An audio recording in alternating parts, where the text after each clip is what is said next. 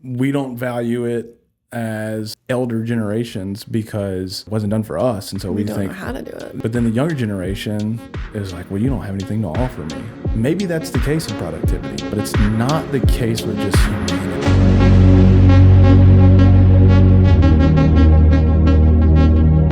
This is the Atomic Souls Podcast.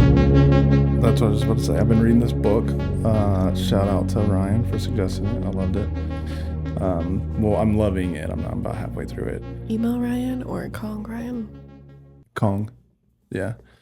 Yeah, we had coffee the other day, and I just finished listening to a podcast. And I sent it to him. I can't remember the name of the podcast. It's called like Beer with Aquinas or something like that. It's a Catholic guy that hosts a podcast. They don't talk about Catholic things all the time, but it's an interesting take on it.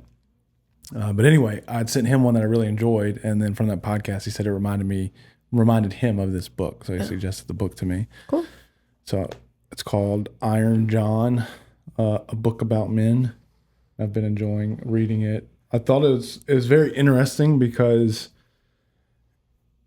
at least as far as I'm only about a quarter away into it, but most of the book is more to do with relationship dynamics and how as a society we kind of fail to have like initiation rituals into manhood anymore. Yeah. I thought it was very intriguing because it's big topics today is like, what does it mean to be a man, or is gender and sex the same thing, or toxic masculinity and having like feminine and masculine in the same individual. It talks about all that in the book. I thought it was very interesting, and I thought it related to a lot of like what I contemplate lately and experience just for myself. The big story, like again, a quarter way in the book, so it might be a bullshit book by the time I get to the end, but right now I'm enjoying it. Disclaimer. Yeah, disclaimer. First quarter is good. I'm not advocating for the book. I'm advocating for like chapter 2. It's like, yeah, I read the Let Them book, and like it was fine. And I was like, oh, you should read it. It's pretty good. Yeah. The first half of it's just her like fluffing herself up. And like the second half is like some basic ass therapy skills. Right. I was like, I'm going to stop recommending this. Yeah. So in this one, the author is basically taking like an old mythical tale. I believe the old mythical tale is Iron John. But anyway, the author is like paralleling that to modern society. And this book was written like 40 years ago. So he's talking like, I think in the 70s and 80s. Yeah. But it's 100% relatable to today. It talks about gender fluidity and stuff. It does. Wow. Yeah. That was like kind of niche. Not as like. Well, it doesn't refer to it as gender fluidity. Just the concept. Yes. So apparently at that time, a big thing that society was experiencing, which we experience today, is like the lack of a nuclear family structure. Mm-hmm. And preface this, it doesn't say that nuclear family structure is necessarily beneficial. It was just saying like it's starting to become a very prominent thing in society, to where you're having mothers that are trying to raise sons on their own. Mm-hmm. And a big factor as to why they were lacking in like good masculinity is because the older generation of males weren't initiating the new generation of males. Yeah. And then you have these mothers that are trying to, raise strong men, but there's just a certain like level of masculinity or manliness that they're incapable of providing, which I've definitely seen happen with people. Like, again, there's going to be outliers, but in general, mom's nature is to be very nurturing. Mm-hmm. And you can't nurture masculinity. You have to expose it to hardship. Yeah. And I think that's where dad comes in most cases. But then also it was talking about, with a concept of initiation into manhood, it needs to not be a father figure. It needs to be like a secondary elder male figure, which I thought was very interesting because that's something that I've talked about a lot lately with friends, is like needing to get away from mom and dad. Because even though dad will push you and dad's going to allow you to experience more hardship, or at least my dad would,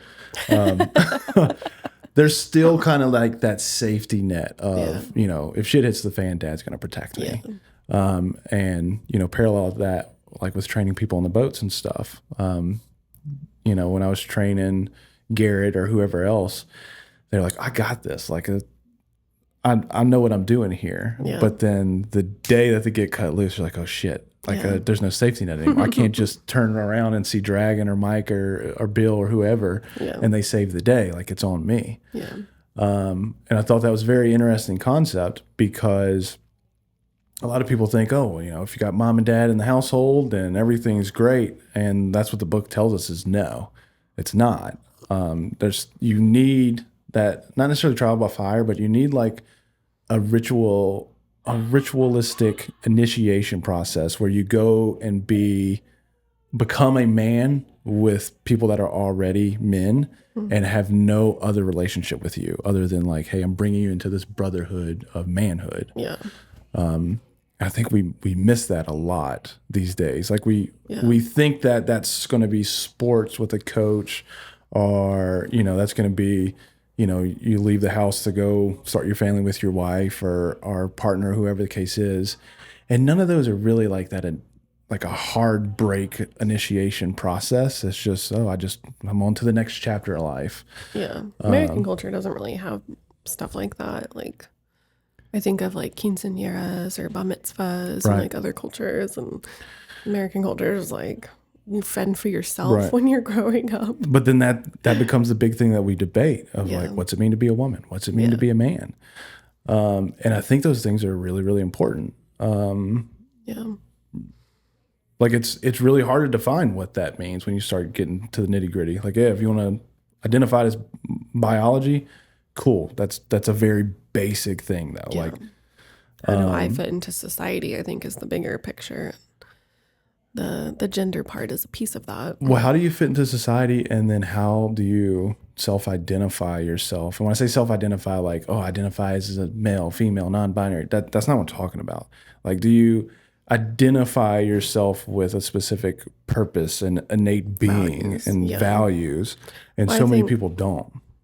I think our society gets hung up on the outward values and ideas and concepts instead of the inward.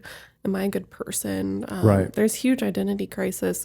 Like the midlife crisis does not really, I don't see that as frequently. I'll see it in like, it's moving downwards into like 40s, 30s, 20s. Because we start in crisis mode. Well, it's interesting because like a lot of people, it's like Gen X and boomers had to enter work and like, you know, do hard things at young ages, whereas millennials and Gen Z don't. So we get the gift of the identity crisis earlier. And we have all of this education and like TikTok and resources that are like, be this, be that, be that. And so we start questioning, who am I sooner? It talks about that in the book too. So again, you know, timeline's different, but it's still extremely relatable. It talks about the Industrial Revolution was one of the biggest killers to manhood. And you would think those two things have no correlation, but there was actually massive causation. Before the Industrial Revolution, like if your dad was a farmer, 99% chance you're going to be a farmer, or if he was a blacksmith or you know, cobbler, whatever the case is, you idolized your dad and his craftsmanship, and more than likely you were going to follow in his footsteps. Or it was just an easy skill to learn because it was in-house. It's not about the skill. It's about the idolization of a father figure and a masculine figure. If it wasn't your dad, it was your uncle or something like that. And there was a massive, you know, ritual of initiation because they literally handed the reins off to you. Hey, this is yours to do now. Right. It was like expected. Right. To where with the Industrial Revolution, for the most part, father figure isn't there anymore. He's working in a factory miles away. And in large part, by the time dad gets home, kids are in bed or close to it. And so you don't build that bond first off, but then also everything. It's creating the absent father. Right. Everything outside of that nuclear relationship becomes production motivated almost solely. So like you might meet other masculine figures and father figures, but they're looking at you for production. They're not looking at you as to like, quote unquote, bring you into manhood. Yeah. And so again, you completely eliminate that like ritual of initiation. Yeah. Oh, I felt that growing up for womanhood too. Yeah. Like there was like, I had one good mentor, Kim Clemens, shout out. There you go. One good mentor over the years. The rest of them were like self-centered or toxic, or like there's just not a concept of mentorship in any well, it's not valued anymore. Yeah. Oh, in both directions. Yeah. Because I think we've strayed so far away from it.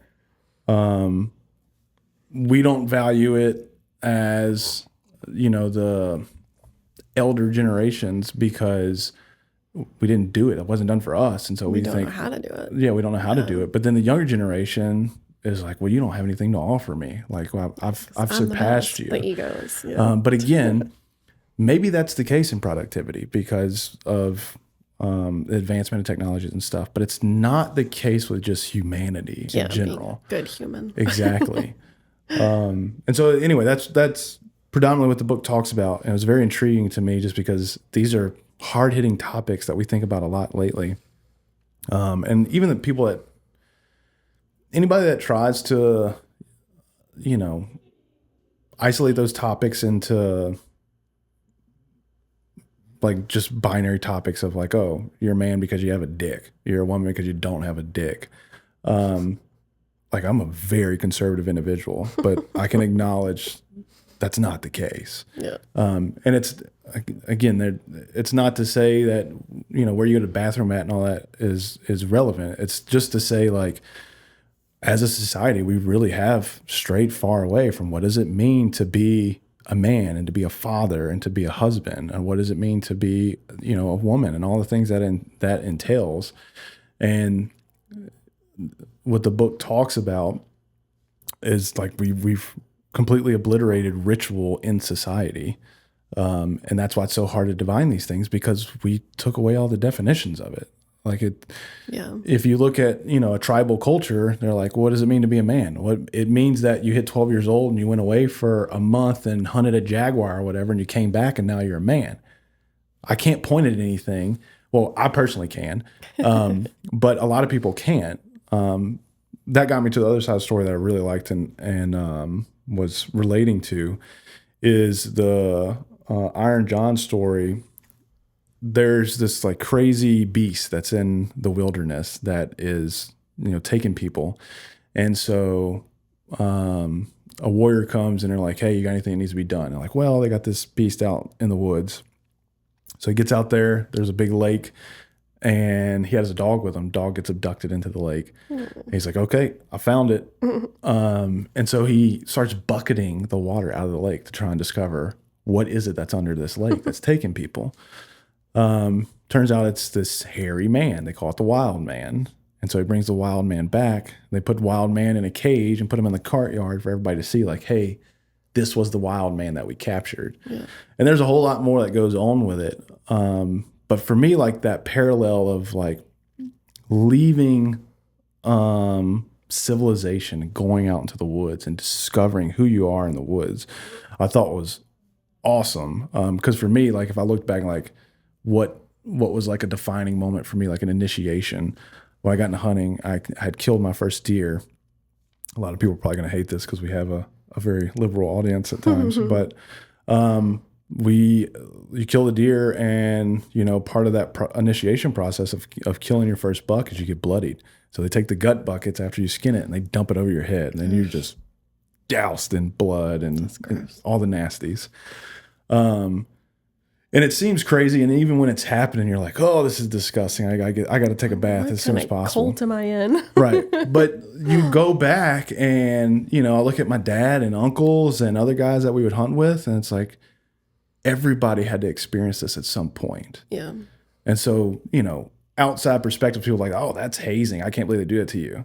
Like that's not it. It's an initiation process because we all know that we had to experience that together, and you become part of a brotherhood. Yeah. I think that's where like hazing comes from, and like all these people that are attracted to cults and certain religions and stuff, because they're searching for that like ritual or that place to fit in. Oh, everyone did it. Okay, I'm going to do it. Right. And it's it can be manipulated pretty intensely for bad, but it can also be, I think the good has gone away because people are so scared of it. But then they're like secretly and joining a cult. Right. So. Well, then there's this like working on the boats and stuff. We've kind of gotten away from it on the boats too, because it becomes this big issue of like, they're, takes away from the individual. Well, in general, I just feel society has become so soft that they can't take any discomfort. Or too individualized. I think that's what makes America weak. Right, exactly. And so you'll get new guys out there that are green deckhands, and, not that I would say that we're hazing them, but there's definitely like an initiation process of us fucking with them. Yeah. And so many guys just can't take it anymore. They're like, oh, they're singling me out, and they're treating me like shit. I quit. It's like everyone's done that. Right. And it's like everybody that's out there has gone through that process. Yeah. And it's kind of like the testing process of like, when shit hits the fan, can you really take it? Yeah. You know what I mean? Oh, and then when you get to the other side of that, you're one of us. Mm-hmm. And we might talk shit to each other and we might hate each other at times, but we're going to defend each other all the time, and we're going to have each other's back all the time. Yeah. And again, like what makes those boat cultures so strong is there's a significant initiation and ritual process to it. Yeah. I mean, even when you get licensed, like I got to take an oath and, to the Coast Guard and all that, and to the country. And those things are just so important. And we constantly run from them in life. That's why some of my favorite therapists are the ones similar to my experience who had real shit internships and associateships, because if you don't have that, the therapist is not as good. I've noticed. Like the stronger clinician is the one who had the toxic bosses, had the toxic workplaces, was, oh, you're really good at this, I'm going to give you more. They give us the hardest clients, and then all of a sudden I'm an expert on these clients because I was thrown into the wolves. Just figured it out. And so like some of our favorite clinicians, I'm like, I want clinicians who've been burned but are not burnt out. They're like crispy. They're a little bit hazed and have done it. So that when they come here, it's like, we have that shared experience. I'm not going to do that to them as well. Like, it's a healthy workplace and they appreciate it more, and they're more open to like helping the next person and like giving back to the team and growing the company all together, because they're like, oh, I've experienced the bad shit. I've had that hazing. And same with me, like as being the leader to that. It's you get a lot of self-confidence and stuff from it too. It defines who you are. Because I know like what it means to be lost or like naive or like a bad therapist. I've been there. I think about figured it out. I think about there was a speech that Jordan Peterson had gave, might have been on a podcast, but he was talking about the difference between being weak and being peaceful. It's like, just because somebody is not a threat of violence doesn't mean that they're peaceful. It could mean that they're weak. But the only way that you can actually be peaceful is if you're capable of great violence and you choose not to. And I think about that, I have a lot of friends that are big into MMA and fighting and stuff. And when you see them, like, they're just the most teddy bear guys you ever met. Like, super nice, super sweet. And it's because they have so much self-esteem and confidence, because they know they're capable of destroying everything that they say. But then they choose not to. And they probably get it out, release it when. I don't think it's a need to release. I think it's knowledge of knowing you're capable. Yeah, that's fair. I think that's a big difference between men and women is I don't need to do things. I just need to be able to acknowledge that I could do them a lot of times. Does that make sense?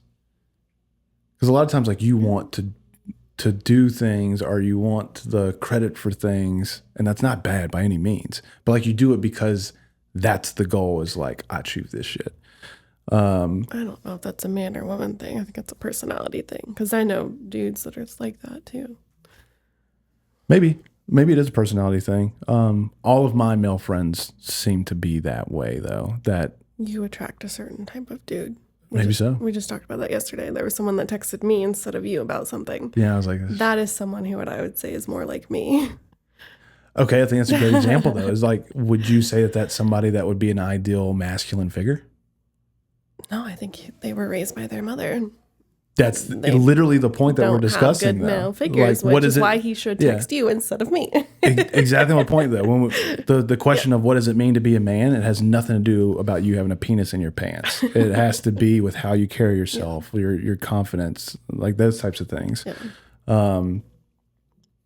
So yeah, I think that's a perfect example of what I'm talking about right now. Masculine and feminine traits. Yeah. Yeah, masculine and feminine traits. Because some people say I have like masculine traits, but I think it's just the confidence and stuff, that how I carry myself compared to a lot of people. Again, I think it's because people so poorly define what it means to be masculine and feminine. Yeah. They have certain things about me that I think are probably very feminine. What is feminine about you? I don't know. Like, a lot of times I'll hear people talk about, they want to go home and like their wife's wanting to just talk their ear off and cuddle. And they're like, I just want to chill the fuck out. And I'm like, dude, we're the reverse of that. Like, I want to talk to Rachel about it, how her day was and how my day was. And I want to snuggle and watch a movie. And she's like, leave me the fuck alone. Yeah. And so, again, I feel like in that way, we're kind of reversed. And I'm totally comfortable with, if that's being feminine, hey, that's me all day long. But again, back to what does it mean to be a man? I can be comfortable with saying that I have feminine traits at times. Our arguing style is different too. Mine's more masculine, shut down. Yours is more like talk it out, which is more feminine. In the science, that's what they say. You think so? Mm-hmm. I always relate that to a flight or flight thing. Yeah. I am very much a fighter, which I would think is masculine. Maybe it's not. It is odd, but yeah, like in relationship conflict, the studies show that women are more prone to like want to talk it out and immediately get it out, like process it and talk about it, which is more like kind of you. 100%. And men are more like shut down, like want to like think about it more and like process and then talk about it later. I don't ever want to take the chance of like, trying to think how to phrase this. Like, I'm not one to hold grudges at all. Yeah. And so if I don't solve it right then, I'll literally forget what the fuck I was even mad about. And I have to like sit on it and like process it. And then also like that space allows me the time to like diffuse the emotions attached so I can think clearly about it. See? Which is more masculine. I'm feminine as shit. Clip that. Yeah, I didn't even realize a thing. But again, like, who outside of this room, how many people know those things? Yeah, we get hung up on the stupidest shit rather than like what's actually relevant. So far, first 2 chapters, good book. Not saying anything past that, but I do find it interesting, kind of going back a little, on how Harley responds to me versus you. Yeah. Especially in like disciplining. Like I'll be telling her something and I'm stern and she still won't listen. Sometimes she does, for the most part. But then you'll just speak up and she's like, okay. Just like the power of like the voice. And I don't think you're stern. Well, I think you are, and I don't know a better word for this. Stern to my best abilities. I don't know you are stern, you're not threatening. I am very stern and threatening. Right. Not that I would ever threaten my daughter, but I would say I am an imposing figure to her. Right. But she knows I follow through with consequences, but it's the same consequences. Yeah, for some reason when you say it, it's different in her brain. It talks about that a little bit too in here. Like, a father a father-daughter relationship is way stronger than a father-son, and then a mother-son relationship is way stronger than a mother-daughter. Yeah. Which I agree and disagree. Like, I don't know. Harley is like my little soulmate. She is. She took a piece of me. But there are certain things where like I'll say, hey, you want to go get dinner? And she's like, just Harley and Dad? Yeah. And y'all are good free time. Oh, dude. And she loves it. And like, it's very specifically loves that it's just Harley and Dad. Yeah. That's not Angelique or Mom or anybody else. It's been nice. Yeah.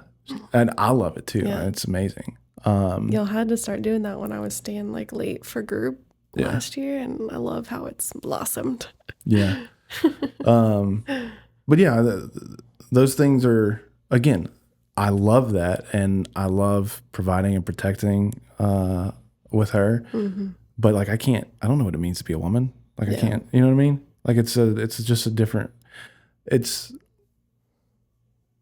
almost like a possessive relationship to where I just want to make sure that nothing ever hurts her or harms her. And like she hurt her hand the other day, and like I couldn't help myself. I was a little mad at you for a second because I'm like, "Fuck you, let my daughter get hurt for?" I know you were mad at me. She had to learn the hard way.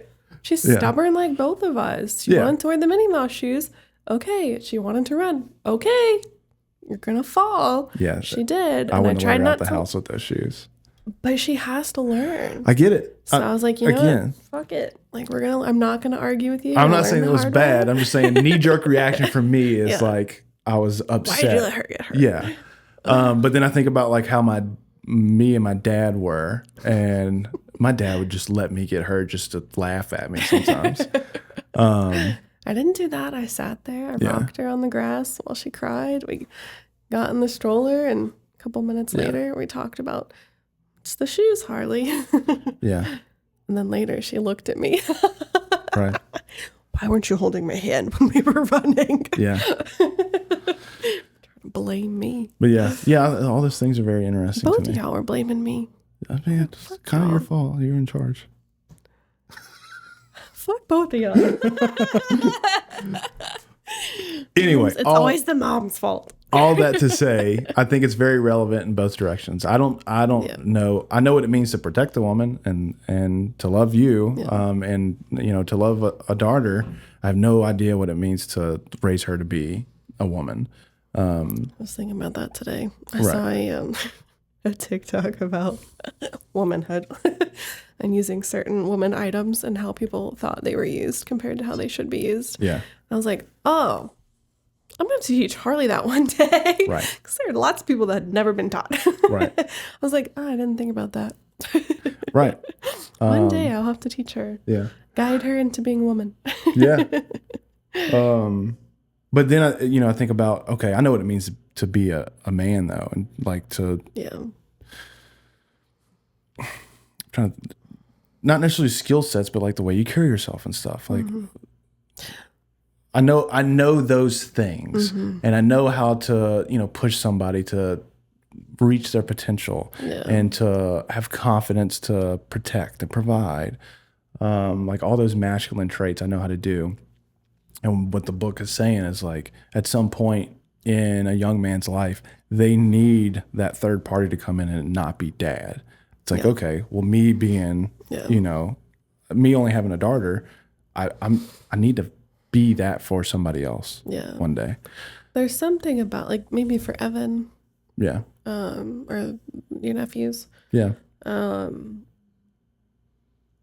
it kind of brings me to that concept that like whenever we talk about stuff or you give feedback to people that we're like close to, they don't listen, and then I hear it from somebody else or they hear it from someone else and they're like, oh, that's such a great point, and you're pissed about it. It drives me insane. I know. I think that's the concept though. Yeah, coming from a third party like somehow validates like what you had already primed us for. I think it's the concept, but I think even like that, like when we're talking about this right now, like I almost feel a responsibility that I need to mentor somebody. I think that's a masculine thing. Like I'll just automatically take on that responsibility, to where other people that I'm friends with, they would immediately be like, oh, I gotta avoid that at all costs. You know what I mean?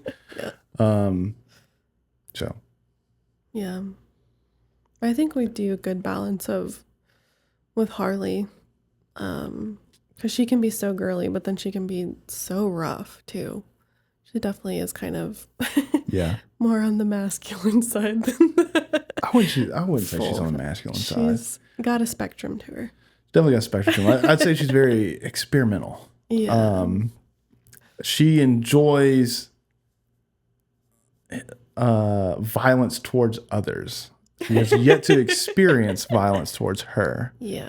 And I can't wait till she does MMA or something. Yeah, again, that's why I think combat sports is so phenomenal, because it's not just about what you are capable of. It's about you acknowledging others are capable of it too. Well, she was getting picked on at that little day camp. She gave it right back to them, apparently. So. Yeah, but that's undisciplined. Yeah. That's lashing out. I know, but like she at least knows to give it back. Raw talent. Raw talent. That's what we're calling it. We just gotta. My kid knocked the shit out of somebody. They got raw talent. Yeah. I think she's got confidence. Yeah. I had to tell her to stop hitting me because I would just let her like punch me in the leg or something. That shit hurts now.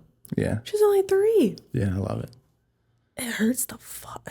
She got me good the other day. She definitely gets aggressive nature from me. Yeah. I have no fighting in me. Yeah. But that got me in a lot of trouble when I was a kid because I didn't have any discipline around it. Yeah. Somebody pissed me off, I'd just come off the cuff. It wasn't great. She ain't gonna be curb stomping nobody, but she can hold her own for sure. Yeah. I wasn't curb stomping anybody. It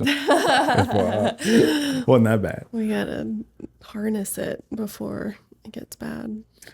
Yeah. But it's also like the balance of like, I was actually talking to somebody about this recently. I don't want to like crush her spirit and like be like, just stop, be passive, be quiet, be whatever. No. Like I think that a lot of people do that with girls and boys nowadays. And so I want to like lean into that in a healthy outlet. But yeah, so many people are just like crush their kids' spirits by like 5 or 6, and all they want to do is just like watch TV and like not participate in life or not fight or not, you know, live life to the fullest. Yeah, I mean, it's definitely difficult. You never know until 20 years down the road, right? So you can be the best parent ever or best intended parent ever, but you don't really know what the outcome's going to be. We're all just taking our best stab at it. Yeah. I feel like some people just like to pacify their kid, and like we put her in front of the TV too, but like I do think people pacify their kids. Yes. 3 to I can see how like 2 and older, it's exhausting. Yeah. And so people are exhausted and just don't want to parent. Right. But also on the flip side of that, I know people that are very rigid with their kids because they think that's what they need. And maybe they do. I don't know. You know your kid better than I do, right? Yeah. But it's definitely a spectrum there. Like it's just constant pacification and drugging of kids is insanity to me. That's why I'm just, I almost get triggered, you know, when you start talking about ADD and ADHD and all that stuff. Not that I don't think it's necessarily bad to know what your predispositions are, but I hate to put labels on things and then people feel inadequate because of a label. It's got to be done right, for sure. Like, hey, there's this thing, but there's a solution. In that particular scenario, I almost never think that the solution is medication, though. And that's what happens is people are like, oh, I have ADD. Cool, take this pill, you're good. That is the easiest. I absolutely despise that. Yeah. When I hear, hey, I have ADD, I'm like, awesome. You need to be an entrepreneur then, because you're going to fucking hate working for somebody. Yeah. But it's going to be a superpower when you need to juggle 10 things and all of a sudden you have a 24-hour deadline and you're going to be magnificent with deadlines. Yeah. The amount of people that need medication is not equivalent to the people on the medication. I think it is heavily overprescribed. Like the GLP-1s, like those are kind of falling into the same route. It's an easy pill 100%. to fix the issue. But if you don't include the behavior changes, then you're just like, fucking yourself over. Yeah. Yeah, me and me and Blaine were having lunch the other day, and he's got to be the most ADHD or ADD person I know. Awesome person. I don't know. Kathy's pretty high up there. No, try having a conversation with Blaine, which love Blaine. Yeah. One of the best humans on the planet. And he's a phenomenal workhorse because of that. But like knowing like, hey, this is what I'm going to be good at. I need to lean into this. I need to lean into entrepreneurship and lean into high stimulus job of some kind. Right. Yeah. Like I think I don't think it's a fix. I think it's, hey, this is what finding the right place. Yeah. Finding where you fit in and provide value effectively. Yeah.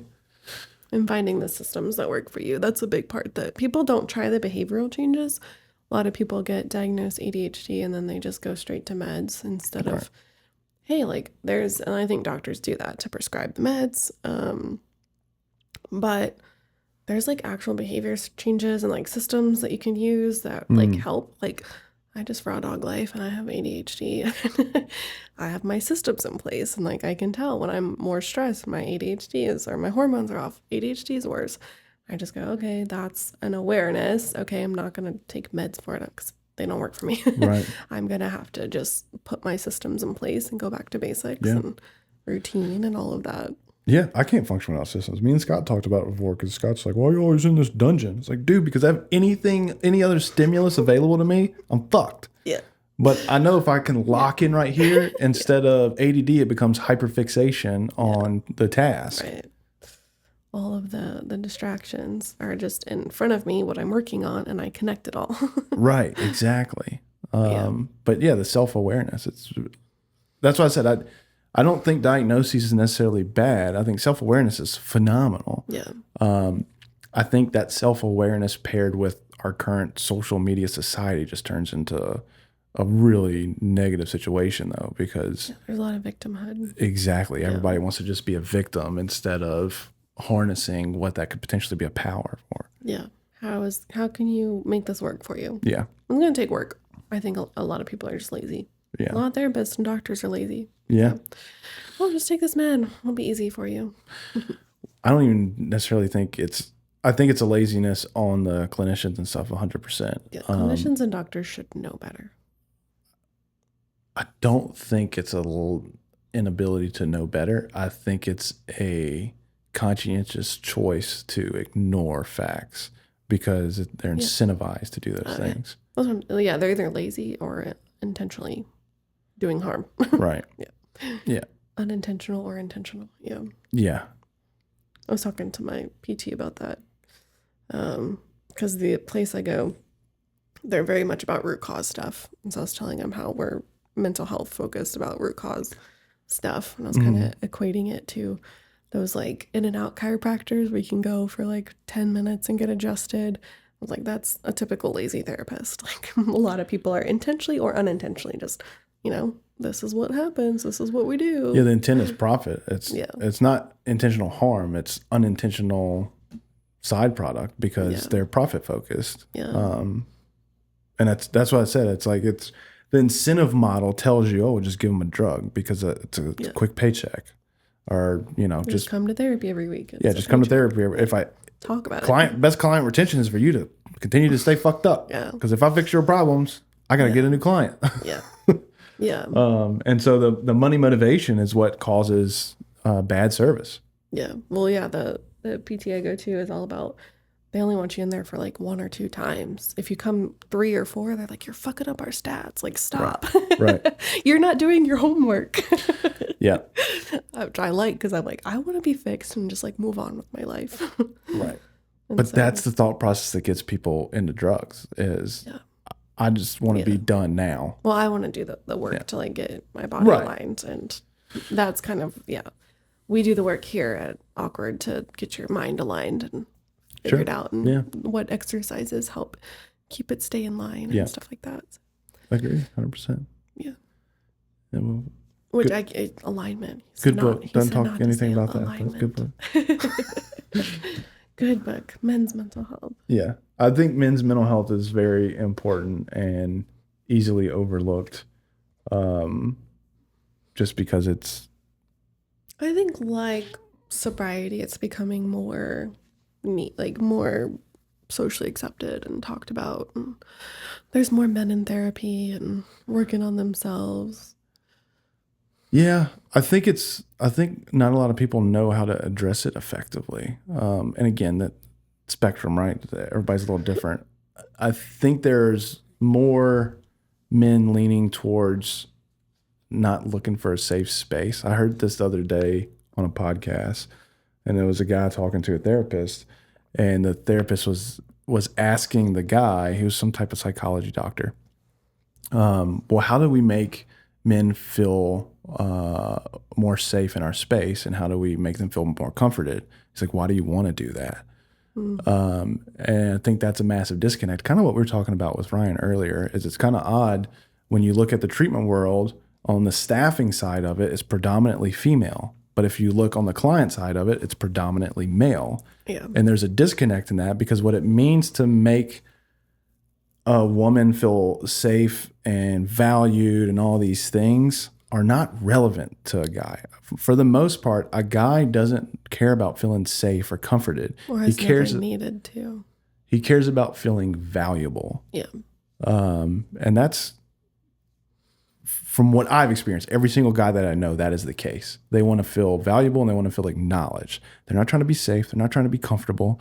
I saw a meme a while back, and it was funny, but it was 100% true. And it was like how a woman wants to die, and it was like peacefully in her sleep, and she's blissfully drifted off. Yeah. And then how a man wants to die, and it was like a picture of the Crusades and a bunch of dudes running in with swords, fight to the death. Yeah. And I think that's the case. I mean, like the happiest times, other than, when I'm with you and Harley, obviously that's happy, but like I have to get out the house. We talk like I have to go hunting and I have to go work on the boats for a few days. Like when I feel fulfilled, maybe not like happy emotion, but truly fulfilled and purposeful is when I'm doing hard shit and I'm uncomfortable and, I'm not safe.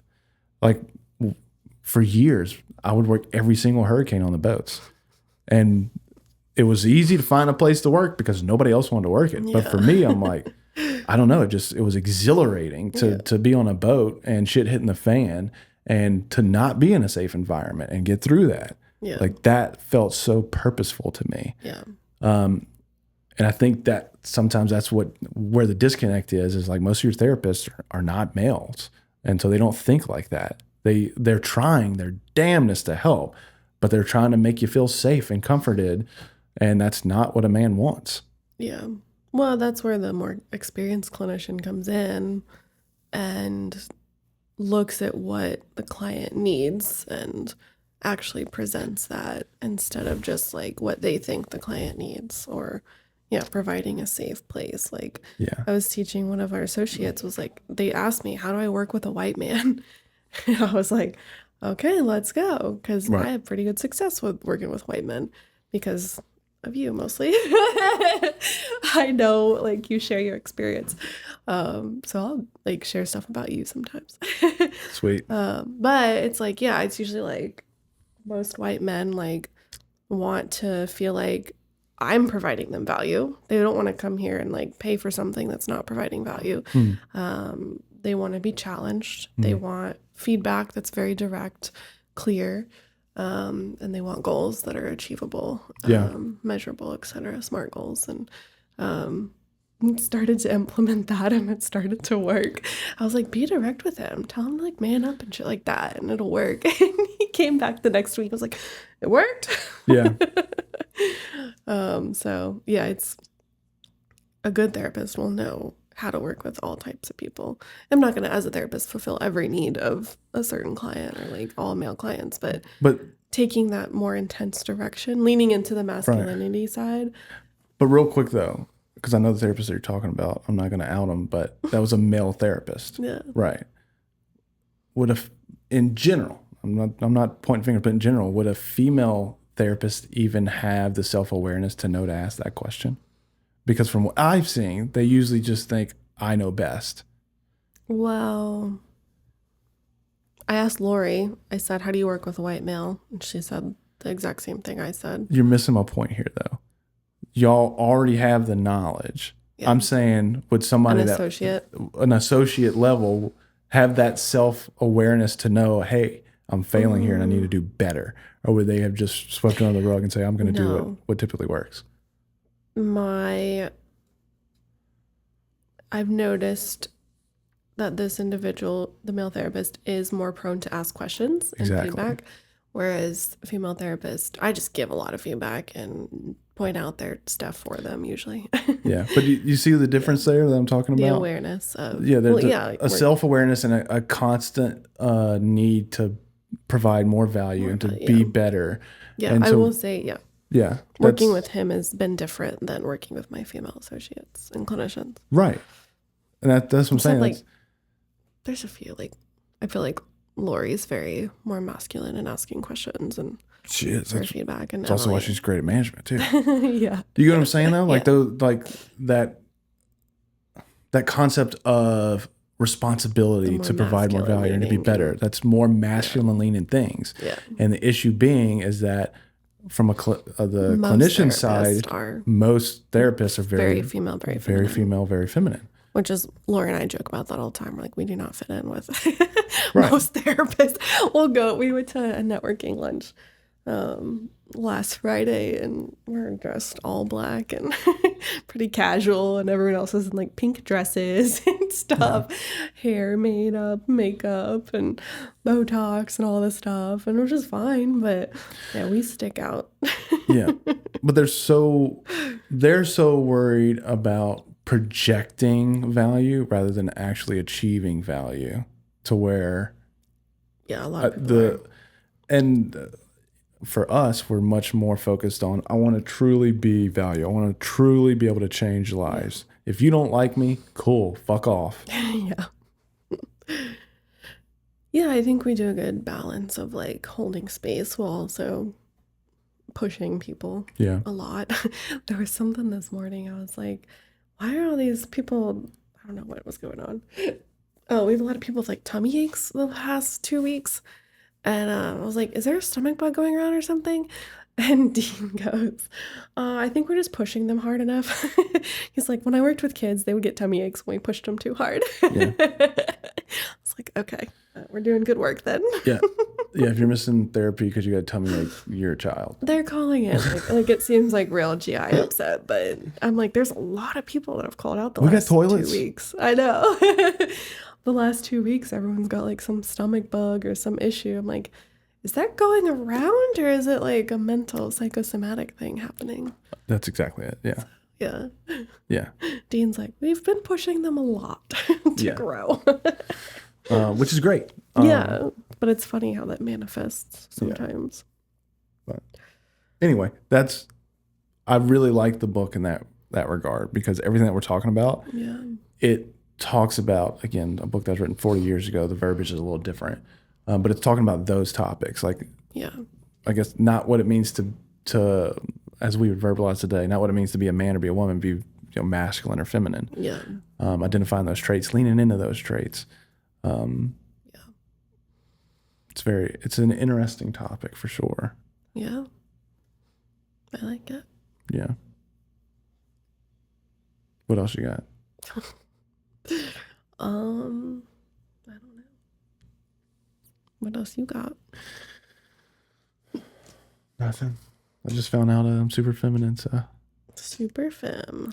Gotta go do my nails. Get your nails done. Get a mani-pedi. I'm down. I'm not doing that. There's like always a dude in there when I go. There's usually a dude with his wife getting a pedicure. Ain't happening. I don't like people touching me. You don't like people touching you. You did go get a massage with me once. And it was miserable. I loved it. That was the gayest experience I've ever had. Like I opened my eyes and like locked eyes with the dude rubbing me down.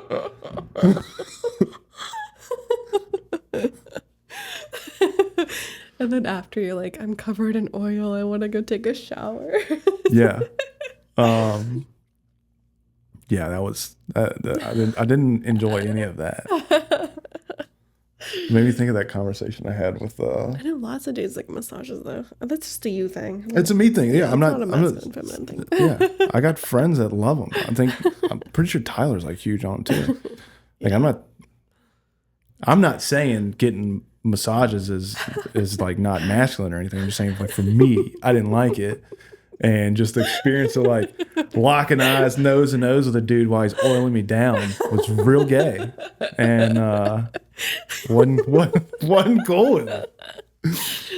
Couldn't do it. Yeah. Yeah.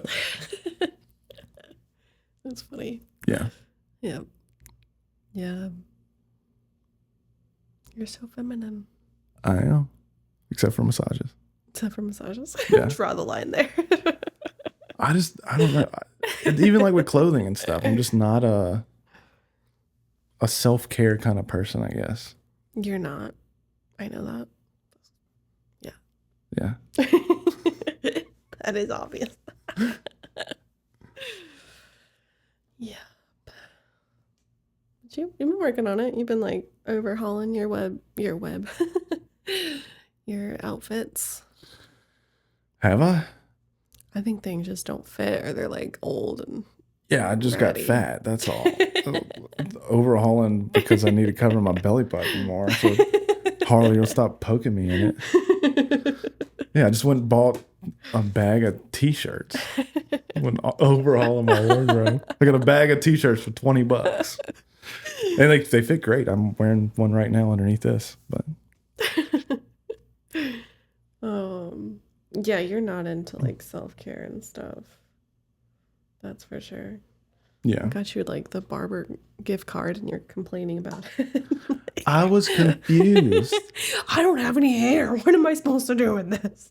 I didn't know. I thought it was a gag gift. You didn't specify it's for your beard. Okay. You did after the fact. I was very thankful. And I look forward to doing it. So you can be like, well, what's this for? You know, I have been very... that's how far away you are from self-care, is you don't know that a barber can do beard stuff. Oh, I know they do in like Turkey and stuff because I watch those ASMR videos that you hate. Turkey? Yeah, they have like the Middle Eastern dudes that do like the facial massages and barber stuff. And you're like, ugh, I hate that sound. Yeah. Like, that's why I know you like to watch those, and I knew you have a beard. You're trying to get better. I don't know why I like those, but I could watch those for hours. Well, I got you the immersive experience. Sweet. I might love that. I don't know. We'll see. I have legitimately watched those videos and be like, this seems cool. Oh, I think I like this. I think I would do that. There you go. You're welcome. See, it was a great gift. It was a great gift. You're immediately shitting on it. I misunderstood. So when you misunderstand, start to question instead of I did. interrogate. I literally said, what is this for? And you said, oh, you fucking hate it? That's literally what I did was ask questions. That's different. Okay. You being real feminine. Tone. No, I'm looking forward to it. I think it's be good. In 2 months when your beard comes back after you shave. Yeah, I got a clean shave this week, so we shall see. Yeah. Glad I don't have to do that. You don't have to shave? Mm-hmm. It's not that bad. I just like a beard. I think beards look good. Gay. That's true. Fuck it. I definitely think a dude looks better with a beard than without. Well, some guys look good without a beard. I just don't think I'm one of those guys. I think you could look good with like stubble. Or if you got your beard trimmed, like your mustache is so long. It's like on your, like covers your lip. See, like those perfectly manicured beards look gay to me though. There is a line. There's a balance for sure. Yeah. There's a spectrum of it, but this looks homeless. I have thought though, like I need... You What's need to that? learn how to trim it up. What is that show you watch where the gay dudes give makeover? The Queer Eye. Queer Eye? Is it the new? There's a new, yeah. I have thought about that. I was like, I need to get some gay friends to give me a makeover. There you go. But just go to the barber shop. all my gay friends are very masculine, and you wouldn't guess they were gay. That's true. They're not real trimmed and stuff. Yeah, they're not like the more flamboyant. Yeah. Type. Yeah. I need flamboyant gay dudes to come give me a makeover. They need a makeover too. Yeah. And I will bring my gay friends and we can all get makeovers. Yeah. Just go to the barbershop. First step. First step.